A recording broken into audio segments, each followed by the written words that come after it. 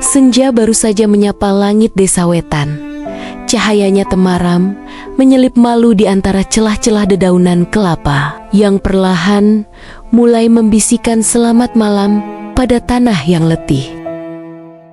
Di sebuah rumah kayu sederhana, bau sayur bening dan nasi hangat perlahan menguar dari dapur, menyatu dengan suara riang 3 anak kecil yang berceloteh sambil membantu menyiapkan makan malam. Rani, si sulung yang baru menginjak usia 10 tahun, berdiri di dekat tungku kayu, mengaduk semangkuk sayur bayam bening. Di sampingnya, 2 adik laki-lakinya, Raka dan Randy. Mereka menyusun piring dan sendok di atas tikar lusuh, tertawa kecil saat api menyala terlalu besar. Dari ujung pintu depan, langkah pelan seorang wanita terdengar. Murni, sang ibu, baru saja pulang dari pabrik kelapa. Bajunya basah oleh peluh, rambutnya lengket oleh debu, namun matanya tetap memancarkan cahaya keibuan yang tak pernah padam. Di tangannya tergenggam amplop kecil, upah mingguan hasil dari menyapu lantai kantor, membasuh cangkir-cangkir teh milik pegawai, dan merapikan ruang pantry. Tangannya sempat gemetar saat membuka ikatan upah itu. Lembar demi lembar rupiah yang tak banyak namun cukup untuk membuat nasi tetap mengepul di meja, dan anak-anaknya tetap bisa tidur dengan perut kenyang. Namun belum sempat ia duduk, belum sempat keringatnya mengering, pintu rumah kembali terbuka. Terbanting keras. Arman datang, matanya menyala, langkahnya berat, suara sandal jepitnya menggetarkan lantai tanah. "Mana gaji kamu? Cepat kasih ke aku, temanku sudah nunggu. Ini penting, ini untuk modal bisnis."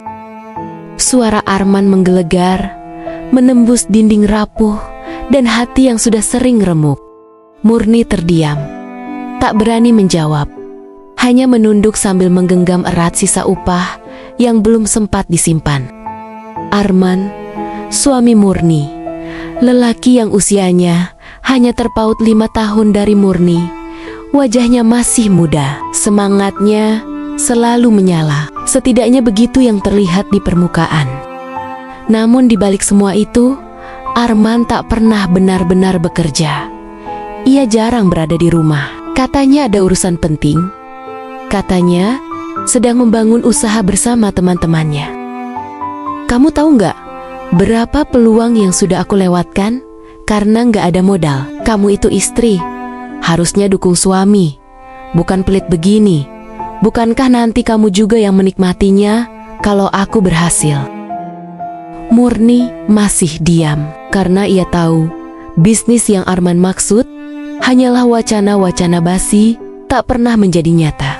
Yang hadir hanyalah janji dan sisa uang Murni yang makin menipis. Bisnis yang selalu dibicarakan panjang lebar di warung kopi dekat persimpangan jalan desa, tempat para lelaki berkumpul, dikelilingi gelas kopi hitam dan asap rokok yang menari-nari di udara, berdebat soal peluang, merancang rencana besar yang selalu gagal diwujudkan karena hanya berbentuk kata-kata. Setiap pulang, Arman hanya membawa cerita baru, bukan hasil kerja, bukan beras di tangan, hanya mimpi-mimpi kosong yang makin lama makin menyayat perasaan. Ia ingin bertanya, usaha yang mana lagi kali ini? Apakah seperti kemarin, ketika televisi di rumah digadaikan, atau saat ia terpaksa menjual ayam terakhir karena modal Arman belum balik? Namun tak ada kata yang keluar. Murni menyerahkan uang itu perlahan, seperti menyerahkan sepotong harapan yang kembali harus direlakan. Dan saat Arman berlalu pergi dengan langkah tergesa, ia hanya bisa memeluk anak bungsunya yang masih berusia 2 tahun yang merengek minta susu. Padahal ia sendiri belum sempat menyentuh makan malam. Rani, Raka dan Randy hanya bisa saling berpegangan dengan jantung yang berdegup kencang. Seolah sudah terbiasa, setiap kali ayahnya pulang yang tertinggal hanyalah tetesan air mata sang ibu. Di luar, senja benar-benar tenggelam. Dan rumah itu kembali hening. Tinggal bunyi sendok kecil yang menyentuh piring logam dan hati seorang wanita yang terus ia tambal sabar demi sabar. Meski tahu, luka itu makin lama makin menganga. Sebenarnya Murni bukan perempuan lemah. Ia telah terbiasa berdiri sendiri, menanggung beban rumah tangga, mendidik anak-anaknya, dan menelan kesedihan tanpa suara. Namun di hadapan Arman, ia selalu gagal menjaga pertahanannya. Setiap kali Arman pulang, dengan wajah kusut dan napas bau alkohol, dengan suara berat yang menggantung janji, Murni kembali menjadi perempuan yang berharap. Maaf Jani, aku janji, ini terakhir, kamu sabar dulu. Nanti aku buktikan semua, buat kamu, buat anak-anak kita. Kata-kata itu tak lagi baru, sudah terlalu sering mengisi ruang di telinganya, terlalu sering mampir di malam-malam sepinya. Namun entah kenapa, hati Murni selalu luluh, selalu terbuka, seolah tak pernah terluka. Tangannya yang tadi gemetar karena marah, akan perlahan menjadi hangat saat menyentuh tangan Arman. Matanya yang basah karena kecewa, akan kembali menatap penuh harap. Seolah luka kemarin telah terhapus oleh sebuah pelukan yang rapuh. Bukan karena ia bodoh, bukan karena ia tak tahu siapa Arman sebenarnya, tapi karena hatinya terlalu lembut, terlalu ingin percaya bahwa mungkin suatu hari lelaki itu benar-benar akan berubah. Hari berganti, bulan pun berlalu, namun yang datang bukanlah perubahan, melainkan luka baru yang lebih dalam. Dan begitu seterusnya, siklus yang berputar antara janji dan air mata, antara maaf dan kesepian. Murni tak pernah bisa melepaskan diri, semua karena cinta. Sekalipun sudah hancur berkeping-keping, ia masih punya cara untuk tetap tinggal di sudut hati yang paling tak terjamah oleh logika. Seperti malam ini, ketika langit tampak muram, bintang enggan menampakkan diri, bulan pun bersembunyi di balik awan kelabu, seolah langit tahu malam ini bukan malam yang layak untuk dikenang. Di dalam rumah kecil yang sunyi, Murni duduk bersandar di dinding kayu. Kedua tangannya melingkari perutnya yang membesar. Hamil, anak kelima. Ada cahaya kekhawatiran yang menggantung di matanya, seperti beban yang tak tahu harus diletakkan di mana. Di hadapannya, Arman duduk sambil merokok. Asap rokoknya melayang-layang ke langit-langit, menciptakan kabut tipis yang menyesakan. "Nih, kamu gak usah kerja lagi," ucap Arman. Suaranya terdengar seperti seorang suami yang peduli. "Kamu kan lagi hamil, istirahat aja di rumah." Murni mengangkat kepalanya. "Tapi masih kecil ini mas, aku masih bisa kerja 2 bulan lagi," Murni menjawab. Arman berdecak kesal dengan bantahan Murni. "Gak usah ngebantah suami. Ini demi keselamatan kamu dan anak kita," jawabnya seperti yang peduli dengan kondisi keluarganya selama ini. Murni kembali menunduk, mengelus pelan perutnya. Logikanya berteriak, tapi hatinya menunggu kalimat berikutnya. "Aku dapat tawaran dari si Darsono. Dia ngajak aku ikut ke kota seberang. Katanya ada kerjaan bagus, bisa bantu-bantu di toko tempat dia bekerja. Lumayan bayarannya. Nanti aku kirim uang buat kamu dan anak-anak." Mata Murni berkedip pelan. Ia mengenal nama-nama dan rencana-rencana itu. Selalu datang dengan janji, selalu pergi dengan hilangnya harapan. "Kan enak, kamu tinggal di rumah, nggak usah capek-capek kerja lagi. Kerjaan kamu nanti cuma makan dan istirahat aja, bangun, makan, tidur." Suara Arman terdengar lembut, seperti lembaran janji yang tak bernoda. "Kali ini aku janji." Logika Murni kembali berbisik, namun kalah oleh sesuatu yang lebih dalam, harapan. Karena dalam dirinya masih ada bagian kecil yang ingin percaya, sekali ini saja, mungkin Arman benar-benar akan berubah. Murni mengangguk pelan. Iya, kalau memang begitu. Namun, Arman belum selesai. Tapi aku butuh ongkos buat ke kota. Kamu jual aja ya sepedamu itu. Kalau kamu udah gak kerja, kan gak perlu kemana-mana lagi. Murni terdiam. Kata-kata itu seperti pisau tumpul yang mengiris lambat. Sepeda itu satu-satunya peninggalan dari mendiang ayahnya, sahabat setia yang selama ini mengantarnya menyusuri jarak belasan kilometer untuk mencari sesuap nasi, untuk menyambung hidup.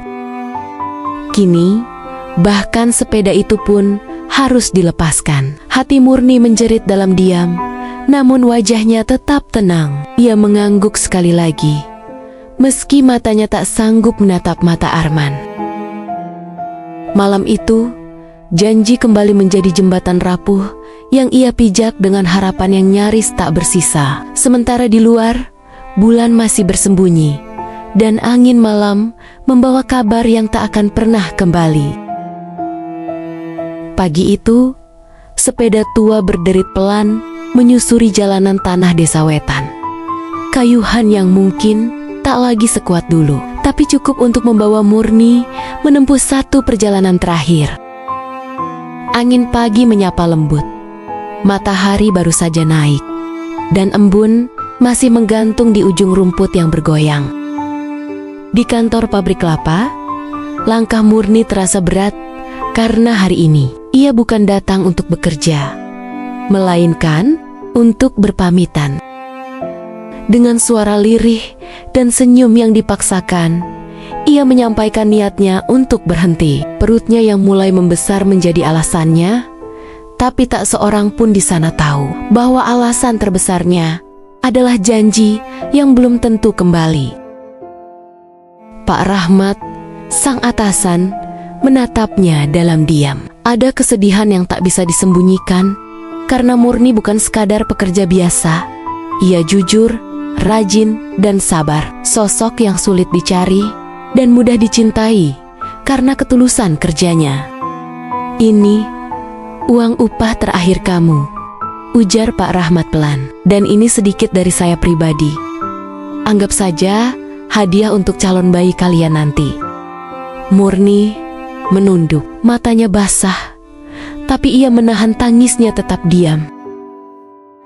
Hari itu juga, sepeda tua itu dijual, dibawa pergi oleh pembeli dari kampung tetangga, diangkut dalam bak pikap yang berdebu, perlahan menjauh dari rumah yang kini terasa semakin sunyi.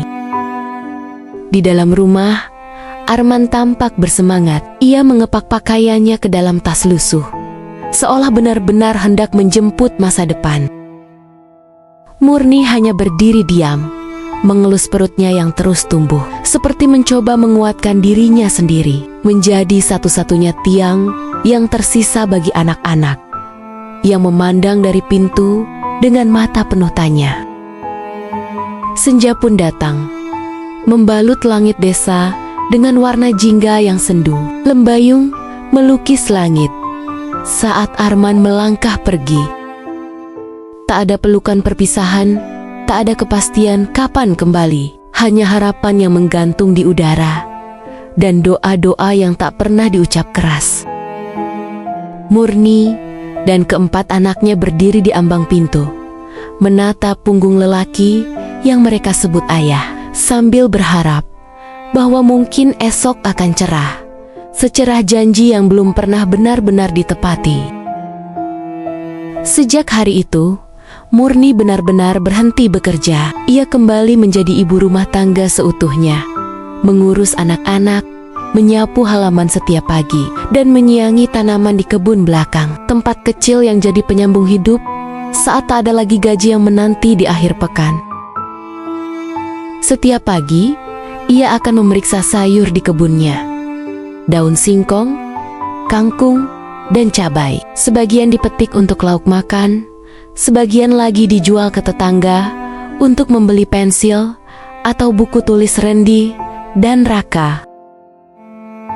Meski hidupnya kian sederhana, senyumnya perlahan tumbuh kembali. Karena di bulan pertama, setelah kepergian Arman, datanglah kiriman uang. Jumlahnya cukup, dan untuk sesaat, Murni melihat cahaya harapan itu menyala lagi.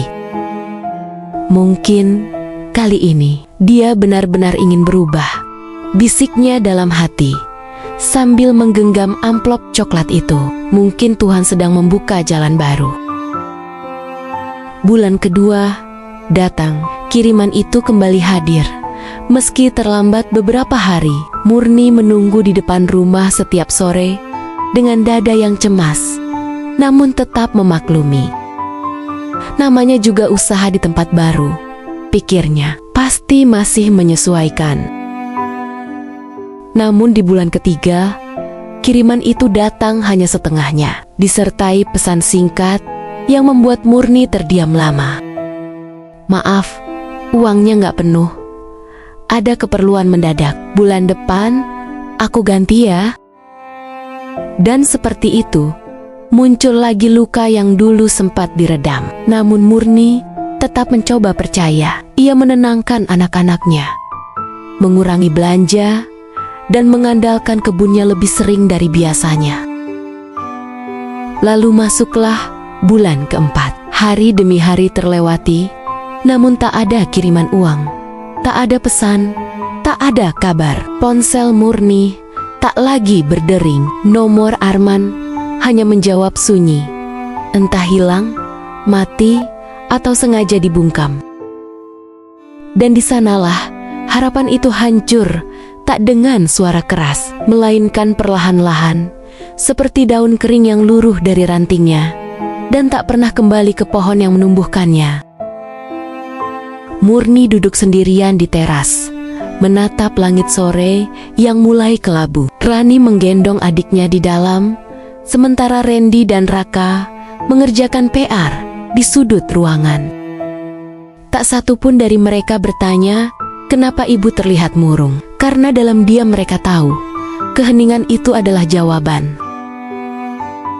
Hari-hari berlalu dalam diam yang menyesakkan. Sudah 2 bulan lamanya sejak Murni menerima kabar terakhir dari Arman.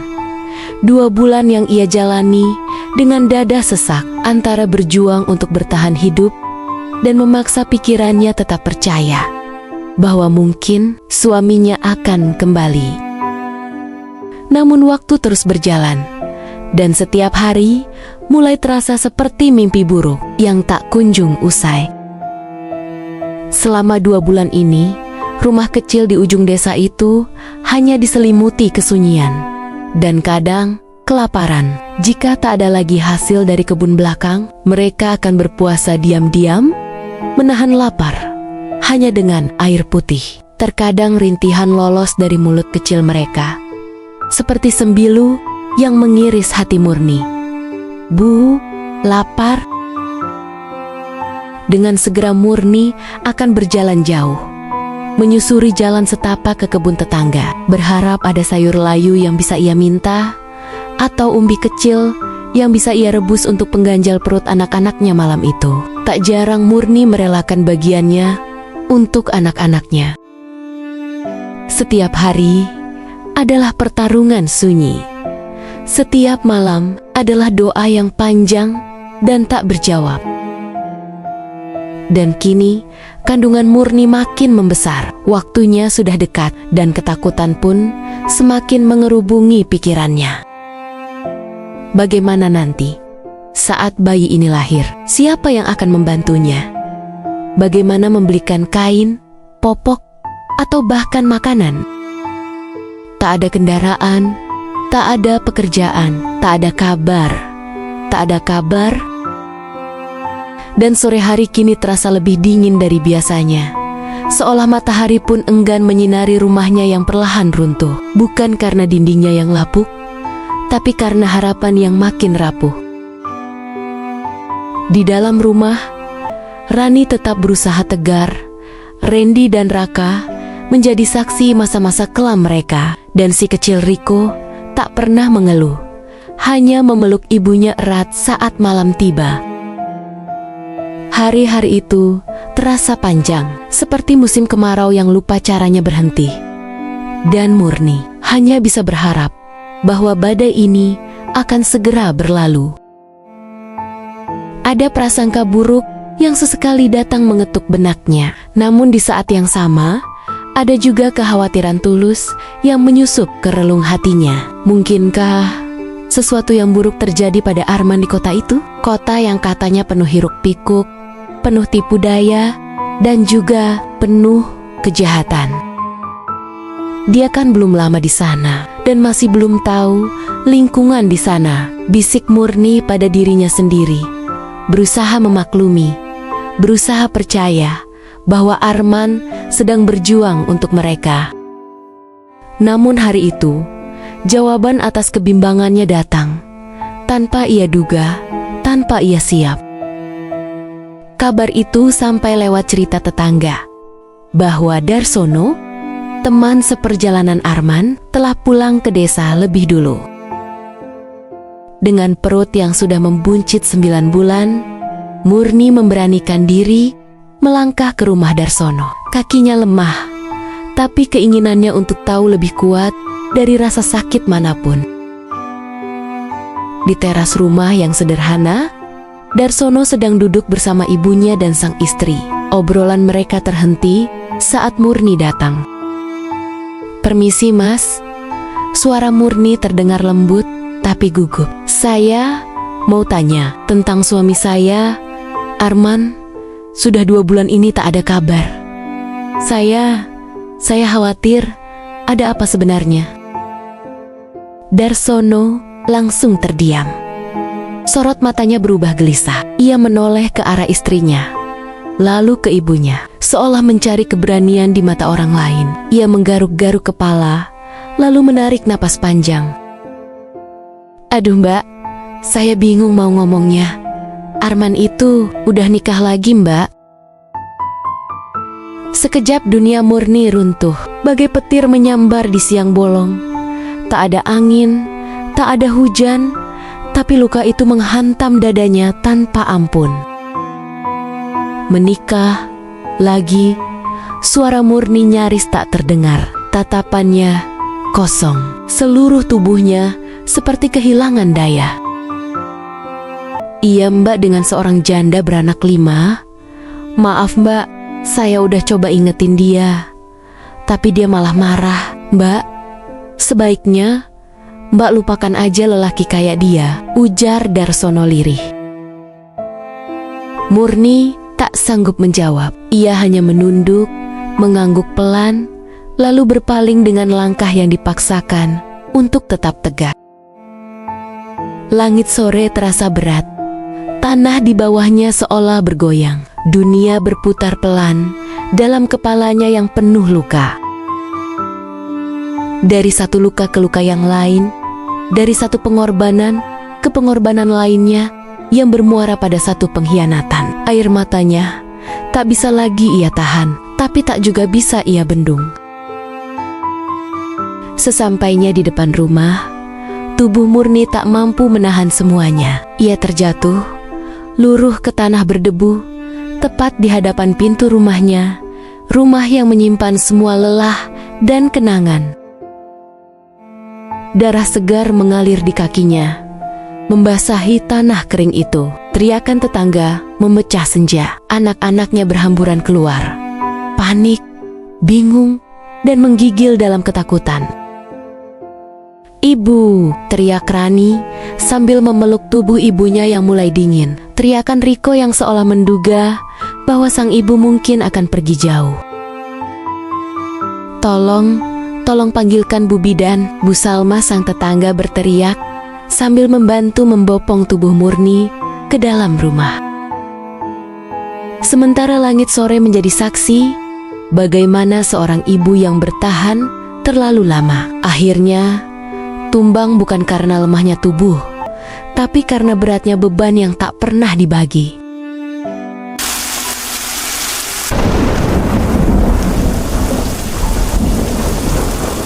Malam itu, langit menangis sejadi-jadinya. Hujan turun deras, diselingi guntur yang bersahutan, seolah alam ikut merasakan pedih yang disimpan Murni di dalam dada. Di dalam rumah kayu tua itu, lampu minyak berkelap-kelip di sudut ruangan, bercahaya redup, cukup hanya untuk menunjukkan bahwa malam belum selesai dan bahwa hidup tetap berjalan, walau hati nyaris tak kuat melangkah. Tangis seorang bayi perempuan pecah, menjadi satu-satunya suara yang lebih nyaring dari hujan. Tangis yang menembus atap seng yang bergetar diterpa angin, menjadi saksi bahwa di tengah kesakitan dan pengkhianatan masih ada kehidupan yang baru. Masih ada anugerah yang datang dari langit. Di samping ranjang reyot yang basah separuhnya, terdengar bunyi tetes air hujan yang jatuh ke baskom, ritmis dan dingin, seolah menulis ulang malam itu menjadi kenangan yang tak akan pernah hilang. Murni tertidur, bukan dalam damai, tapi dalam kelelahan yang tak terbendung. Matanya terpejam, tapi pikirannya tak pernah diam. Ketakutan dan kebimbangan merajai akalnya. Bagaimana ia harus menjalani hari esok dengan tubuh yang letih, dengan anak-anak yang masih kecil, dan kini dengan satu bayi mungil di pelukannya? Namun di balik semua ketakutan itu, di antara tumpukan luka yang belum sembuh, Tuhan tak pernah pergi. Tuhan selalu menjawab doa hambanya dengan cara yang sering tak kita duga. Tuhan selalu punya cara mengirimkan pertolongannya, bukan lewat keajaiban besar, tapi lewat orang-orang baik yang datang pada waktu yang tepat.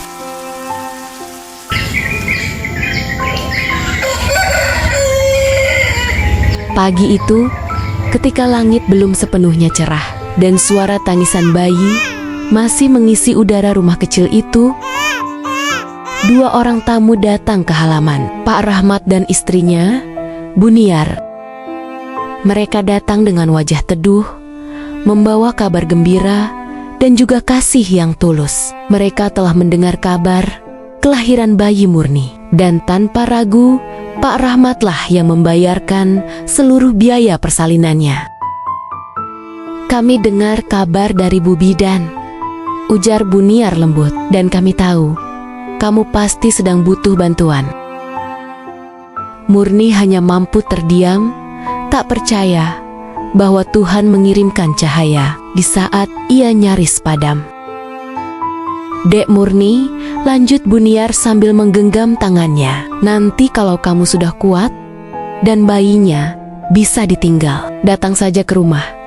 Saya sedang butuh asisten rumah tangga. Kamu bisa bantu-bantu di dapur atau bersih-bersih. Murni menunduk pelan. Air matanya tak terbendung lagi.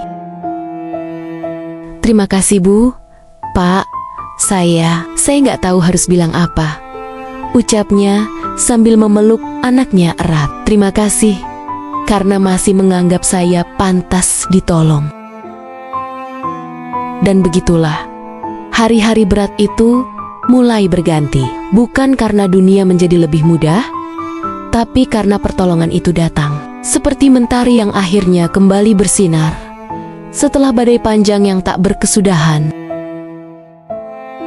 Hari berganti hari, bulan demi bulan pun berlalu, dan tanpa terasa tahun ikut berganti. Seperti musim kemarau yang akhirnya menyerah pada hujan, turun membasahi bumi dengan deras, membuat jalanan becek, tapi juga membangkitkan kehidupan yang lama tertidur. Hujan memang kadang menyulitkan, tapi ia juga membawa rezeki. Ia menyuburkan tanah yang tadinya tandus, menumbuhkan tunas-tunas hijau di ladang yang sempat kering. Begitulah hidup Murni. Meski belum sepenuhnya mudah, tapi selalu ada kebaikan kecil yang hadir di sela-sela lelahnya. Selalu ada harapan, meski hanya secuil, cukup untuk membuatnya bertahan. Murni kini bekerja setiap pagi dan pulang saat matahari condong ke barat. Di rumah, Rani, si sulung, masih setia mengurus adik-adiknya. Randy, Raka dan Riko kini bersekolah, sementara si bungsu Rizka sudah mulai berjalan dengan langkah-langkah kecil yang membuat rumah mereka semakin hidup. Gaji Murni memang tak besar, namun Pak Rahmat selalu memberinya 1 karung beras setiap bulannya, sehingga gaji itu cukup untuk makan, sekolah, dan kebutuhan sederhana lainnya. Hasil dari kebun kecil di belakang rumah yang dirawat dengan penuh cinta oleh ketiga anak lelakinya, sering dijual ke tetangga atau guru di sekolah, menjadi tambahan untuk membeli buku, seragam, dan keperluan sekolah lainnya. Napas Murni kini terasa lebih ringan. Beban itu masih ada, tapi kini dipikul bersama. Anak-anaknya tumbuh menjadi pribadi yang berbakti, dan cinta kasih mereka menjadi pengganti dari luka yang pernah dibiarkan terbuka. Lalu datanglah kabar yang membuat hati Murni hangat, seperti matahari yang muncul setelah hujan panjang. Rani, anak sulungnya, yang sejak kecil dipaksa dewasa lebih cepat, yang menggantikan tugas ibunya ketika dunia terasa kejam, akhirnya dilamar oleh seorang pemuda. Bukan sembarang pemuda, melainkan kerabat dekat Pak Rahmat, seorang lelaki dari kota yang melihat lebih dari sekedar kecantikan. Ia melihat ketelatenan Rani, melihat kelembutan dan kesabaran yang terpahat dalam setiap tindak tanduknya. Saya ingin menjadikan Rani sebagai istri, karena hatinya yang kuat dan tangguh, ucap pemuda itu suatu malam di hadapan keluarga kecil Murni.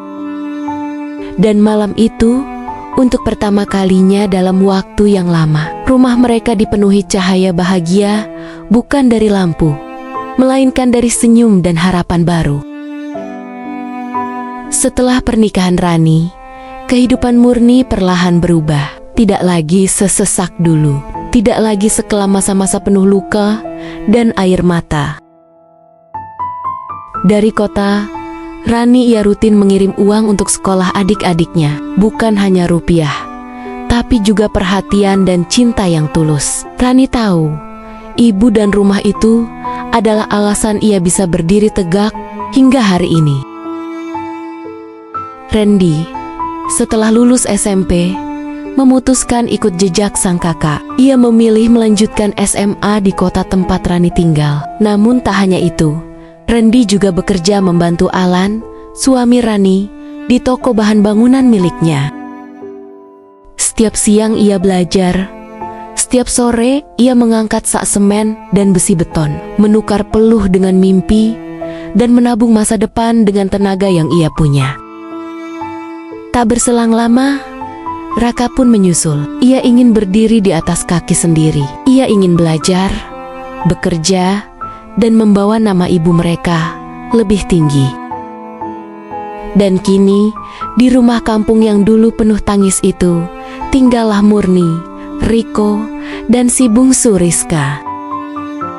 Rumah itu tak lagi segaduh dulu, tapi juga tidak lagi sepi seperti saat kehilangan. Ada tawa kecil Rizka, dan ada Riko yang semakin pintar membantu ibunya menanam dan memetik hasil kebun.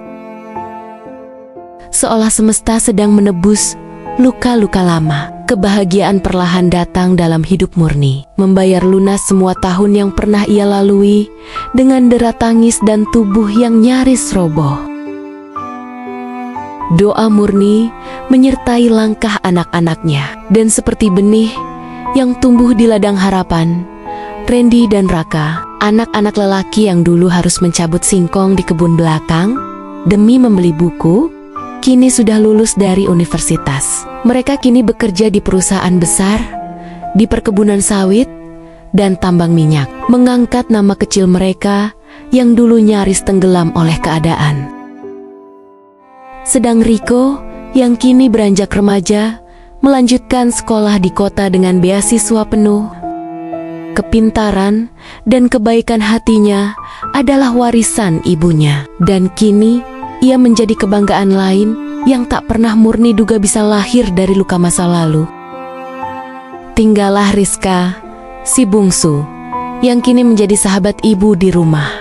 Rumah itu, yang dulu hanya berdinding bambu dan beratap seng, kini telah berubah menjadi rumah permanen dengan dinding kokoh dan halaman yang sudah berpagar rapi.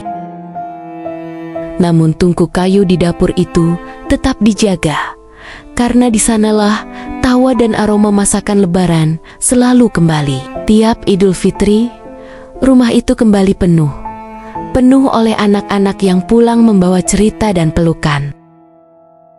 Di dapur, mereka tertawa, menyiapkan opor dan ketupat, sambil mengenang masa lalu yang dulu terasa seperti luka, kini menjadi cerita yang membuat mereka semakin kuat. Tapi seperti waktu yang tak pernah menunggu, hari-hari itu pun berlalu dengan cepat. Hingga suatu pagi, kabarnya datang. Kabar yang membuat keempat anak itu menegang, membisu, lalu perlahan meneteskan air mata satu persatu. Murni, sang ibu, telah berpulang dipanggil sang pemilik sejatinya. Sebab menurut Tuhan, dia telah menyelesaikan tugasnya dengan tuntas melebihi batas tanggung jawabnya, dan rumah abadi penuh kedamaian telah menantinya. Senja kali ini tak seindah biasanya. Langit merunduk kelabu, seolah tahu bahwa bumi kehilangan satu bintangnya. 5 anak duduk berjajar di depan pusara, tanpa suara, hanya hembusan angin dan gemetar dada yang menyampaikan rasa. Tanah masih merah, bunga belum sepenuhnya layu, tapi hati mereka sudah hancur, berderak dalam diam yang tak tahu cara menjelaskannya. "Bu," bisik Rani, suaranya nyaris tak terdengar. "Kalau aku tahu pelukanmu kemarin adalah yang terakhir, aku takkan pernah melepaskan." Rendi mengatupkan tangannya, menatap nisan itu dengan mata yang merah namun kering. Raka memejamkan mata, teringat saat ia sakit demam di usia 7 tahun, dan sang ibu mengompresnya semalaman dengan tangan lelah. Dan Riko, si kecil yang dulu ditimang di pelukan itu, menangis paling sunyi. Ia mencium tanah basah. Rizka si bungsu hanya diam. Hanya tetes air matanya yang jatuh membasahi rumput di atas pusara.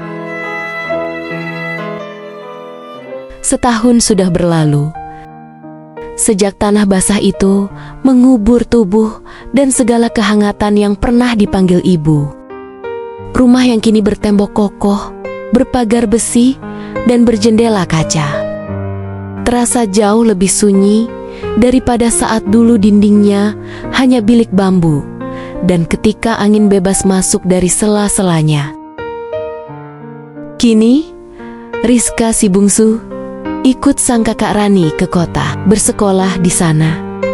Sesekali mereka pulang untuk berziarah menyentuh nisan sang ibu, menabur bunga dan air mata, lalu kembali lagi ke kota dengan dada yang terasa kosong. Dan rumah itu dibiarkan sunyi, ditinggali kenangan, hanya semak-semak dan angin yang kini jadi penghuninya. Namun pada suatu siang yang terik, ketika Rendi sedang sibuk dengan pekerjaannya, telepon dari Pak RT di desa membuat jantungnya berdegup tak beraturan. "Rendi, maaf ganggu siang-siang begini, tapi saya harus kasih tahu. Ayahmu, si Arman, katanya mau pulang ke rumah di desa." Rendi terdiam. Suara Pak RT menggantung di udara. Sementara di dada Rendi terasa ada pintu yang dulu ia tutup rapat, kini mendadak berderit terbuka. "Ayah, ayah," lelaki yang dulu pergi setelah menjual sepeda satu-satunya milik ibu, yang lalu hilang tanpa kabar dan hanya meninggalkan luka. Ia katanya sudah tua, jalannya susah, dan katanya anak tirinya sudah tak bisa merawat dia lagi. Lanjut, Pak RT. Rendi mengepalkan tangannya, antara amarah yang membara dan rasa penasaran yang mulai merambat ke benaknya. Untuk apa kembali? Apa yang masih ia cari? Apa yang akan ia katakan? Dengan suara serak, Rendi menjawab, "Baik, Pak RT, kalau memang ia mau pulang, kami akan bukakan pagar rumah itu." Tapi hati mereka belum tentu bisa dibuka semudah daun pintu rumah yang berderit. Sebab luka lama kadang tak sembuh hanya dengan kehadiran, kadang kejujuran, dan penyesalan yang tulus pun tak akan ada lagi maknanya. Siang itu, angin kemarau membawa panas yang berbeda, seperti membakar kenangan lama yang belum tuntas. Langit nyaris tak berawan, dan matahari bersinar tanpa ampun, menyapa tanah yang telah lama tak diguyur hujan. Dari kejauhan, sebuah mobil APV melaju perlahan, masuk melewati gerbang besi yang kini berdiri gagah. Gerbang itu bukan lagi bambu tua yang berderit kala dibuka, melainkan pagar kokoh, penanda rumah ini telah berpindah zaman. Di depan teras, Rendi, Rani, Raka, Riko dan Rizka berdiri berbaris diam. Pintu mobil bagian depan terbuka, keluar seorang pria seusia Rendi, rambutnya tersisir rapi, suaranya ringan dan penuh rasa ingin tahu. Ia memandangi halaman rumah, 3 mobil yang terparkir rapi, mobil milik Rendi, Rani, dan Riko. Mobil-mobil itu tak berkata apa-apa, tapi diam-diam menunjukkan status mereka, seolah berkata mereka sudah bangkit tanpa sang ayah. Pria itu tersenyum kecil, berdecak. "Wah, ini rumah kalian sekarang?" Lalu melangkah ke arah Rendi. "Saya Sandi, anak dari istri kedua ayah kalian." Mata Rendi menajam, sikapnya tetap tenang, tapi dalam dadanya, kenangan tentang malam-malam ibunya menangis muncul tanpa diminta. Pintu belakang mobil terbuka. Seorang pria tua keluar, bertongkat, langkahnya berat, raut wajahnya asing. Dia Arman. Ia dipapah turun oleh istri barunya, wanita tua yang berhias makeup tebal.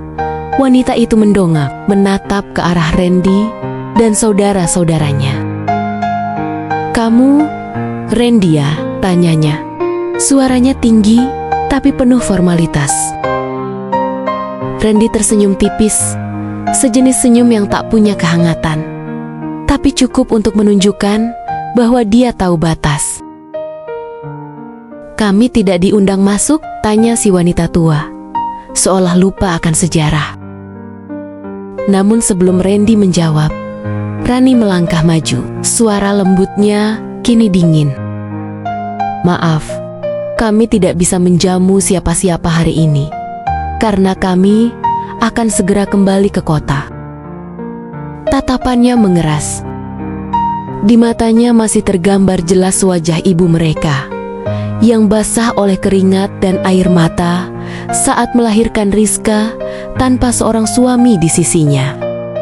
Saat sang ibu berpeluh karena harus berjalan jauh mencari makanan dengan perut yang membuncit karena hamil, atau kenangan saat mereka harus tertidur dengan perut yang perih. Tak ada sambutan, tak ada pelukan, hanya langkah berat seorang pria tua yang menggusur tas lusuhnya masuk ke dalam rumah yang kini tak lagi ia kenali. Tak ada bau kayu basah, tak ada suara tawa kecil. Rumah ini terlalu megah untuk cerita lamanya, dan terlalu sunyi untuk perannya yang pernah hilang. Anak-anak itu berdiri membisu. Rendi, Rani, Raka, Riko, dan Rizka semua memandangnya seperti ia hanya seorang tamu asing yang kebetulan tahu alamat mereka. Arman berhenti, menatap keliling, matanya yang sayu mencari celah untuk bicara. Lalu suara seraknya terdengar pelan, nyaris seperti gumaman. "Kalian sudah besar, sudah berhasil ya?" Sunyi, tak ada jawaban.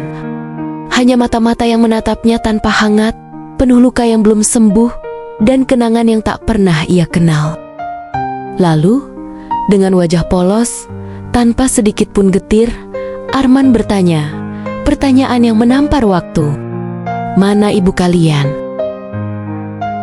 Kepalan tangan Randy mengeras, darahnya mendidih, marah yang ditahan sejak tadi bergemuruh dalam dada. Tapi ia memilih diam, sebab bahkan marah pun terlalu berharga untuk diberikan pada orang seperti Arman. Rani menyentuh lengan Randy, menenangkannya seperti dulu ibunya pernah lakukan. "Ibu sudah setahun lalu meninggal," ucap Rani pelan tapi jelas, "dan kami pun tak akan kembali ke rumah ini, kecuali untuk ziarah ke makam ibu." Kata-kata itu menghantam seperti badai. Arman terdiam, kaget, entah karena tidak tahu atau tidak pernah benar-benar peduli sebelumnya. Ia menatap wajah satu persatu anaknya, mencari potongan dirinya yang mungkin tersisa, dan pandangannya berhenti di Rizka. Wajah kecil yang asing, anak yang bahkan masa kecilnya tak pernah ia lihat, tak pernah ia timang, tak pernah ia bisikan doa. Tubuh Arman jatuh luruh ke lantai, bukan hanya karena lututnya lemah, tapi karena jiwanya remuk. Tapi tak ada yang membantu, tak ada yang menjerit, tak ada yang panik. "Silahkan tinggal di rumah ini. Bukankah rumah ini sudah jauh lebih layak daripada dulu saat kami tinggal di sini? Dan jangan menuntut lebih, karena kami dibesarkan hanya oleh keringat ibu," sahut Randy sambil melangkah melawati Arman, tak menoleh dan berlalu begitu saja. Ia mengambil kunci mobil dari sakunya dan berjalan keluar. Di depan pintu, ia berpapasan dengan Sandi, yang sejak tadi berdiri di pintu. Mungkin ia bingung, mungkin juga malu. Randy melewatinya tanpa memandangnya, dan dengan nada datar, ia berkata, "Rizka, ayo pulang." "Mas, mau ada rapat." Suara itu tak mengandung emosi, tapi setiap katanya membawa batu berat dari dada yang sudah terlalu penuh. Ia pergi bersama Rizka tanpa pamit dan tanpa amarah, karena terkadang orang yang terlalu banyak meninggalkan tak pantas lagi diberi perhatian, bahkan sekadar amarah. Mobil Randy melaju perlahan melewati pagar. Suara mesin membelah keheningan, meninggalkan debu dan sisa emosi yang belum reda.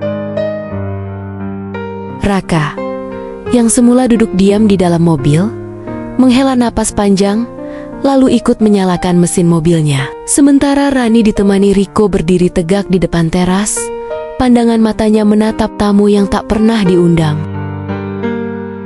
Sandi masih berdiri mematung, dan di sebelahnya wanita tua itu, istri sang ayah, yang kini rias wajahnya tak mampu menutupi arogansi yang melekat di bibirnya.